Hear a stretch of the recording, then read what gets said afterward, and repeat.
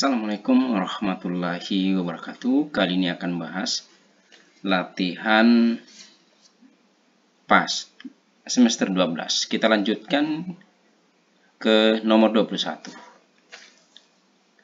Alat musik tradisional ini merupakan ensemble dan lebih menggunakan metalofon. Alat musik tersebut berasal dari Jawa Tengah dan Yogyakarta. Nah, alat musik ini adalah gamelan. Maka jawabannya adalah yang Jawa Tengah, berarti jawabannya adalah yang D. Selanjutnya, nomor 22. Alat musik tradisional yang dimainkan dengan cara digoyang dan berasal dari masyarakat Sunda Jawa Barat, yaitu ini adalah angklung. Maka jawabannya adalah yang A. Selanjutnya 23. Yang merupakan alat musik modern dan dimainkan dengan cara dipetik, yaitu safebas, kecapi. Nah, ini gitar listrik. Jawabannya adalah yang D.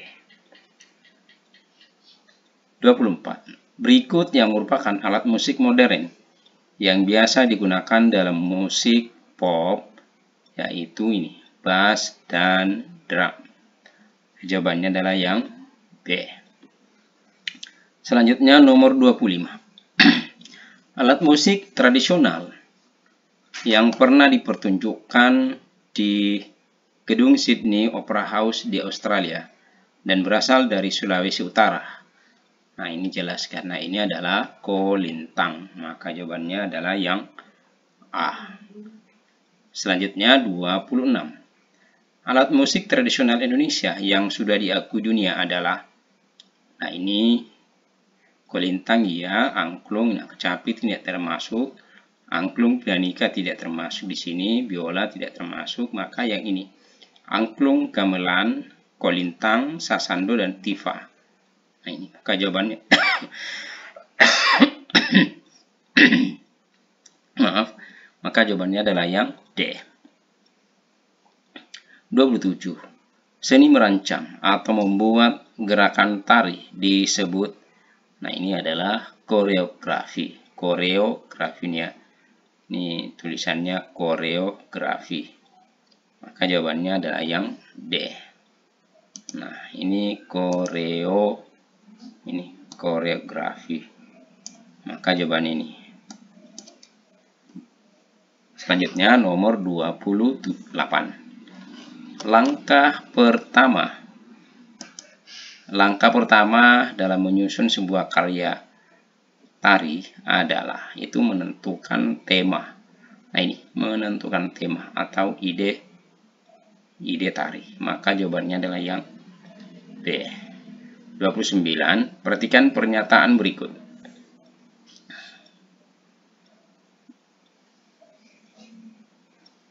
Urutan yang tepat dalam penyusunan sebuah karya seni tari ditunjukkan nomor, berarti yang berurutan, berarti yang ini. Nah, yang pertama itu menentukan tema, berarti ini sudah satu. Ini yang pertama, berarti yang ketiga, berarti ini sudah jelas salah ini. Ini sudah kita langsung coret. Kemudian menentukan tema, kemudian menentukan gerak tari yang ini. Berarti 3, 4, ini 3, 4, ini sudah salah. Tinggal B dan C. Kemudian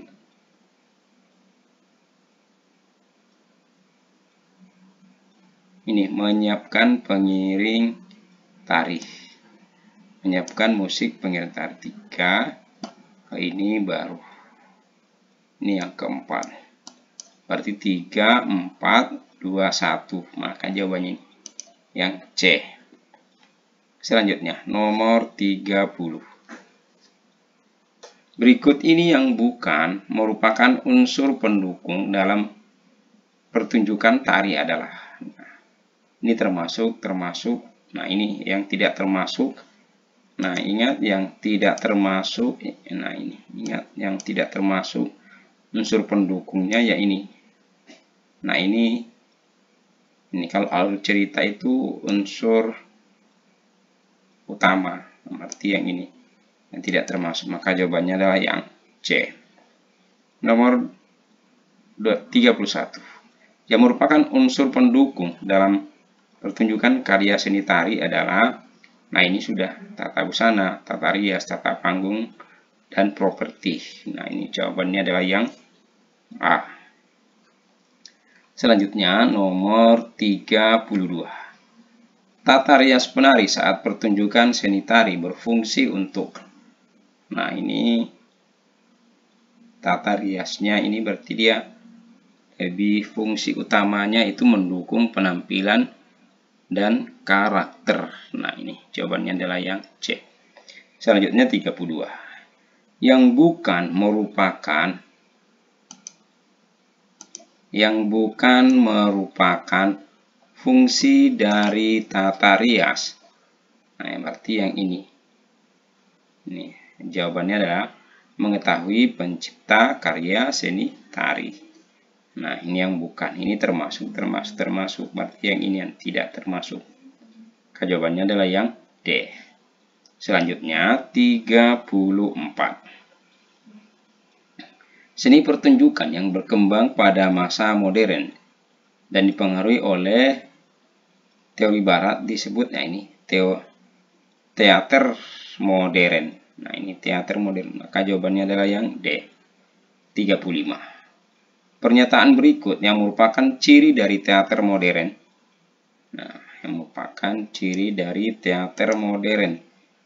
Nah, ini di tempat terbuka. Ini tradisional ini. Pementasan dilakukan di gedung tertutup. Ini modern ini biasanya. Pementasan teater tradisional tidak menggunakan naskah ini biasanya tidak usah. Pementasan teater tidak menggunakan naskah ini tradisional. Menggunakan bahasa daerah juga tradisional. Maka ini jawabannya adalah yang B. Selanjutnya 36. Perhatikan pernyataan berikut.